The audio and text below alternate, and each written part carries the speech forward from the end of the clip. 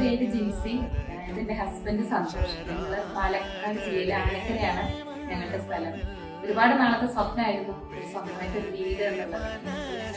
അതിന്റെ ഒരു ഇതിലിങ്ങനെ ഇരിക്കുമ്പോഴാണ് ഏട്ടന്റെ സുഹൃത്തായ രമേശ് DGBSനെ കുറിച്ച് പറഞ്ഞിരുന്നത്. അങ്ങനെ ഞങ്ങൾ DGBS ആയിട്ട് ബന്ധപ്പെടുകയും കരാറാക്കുകയും ചെയ്തു.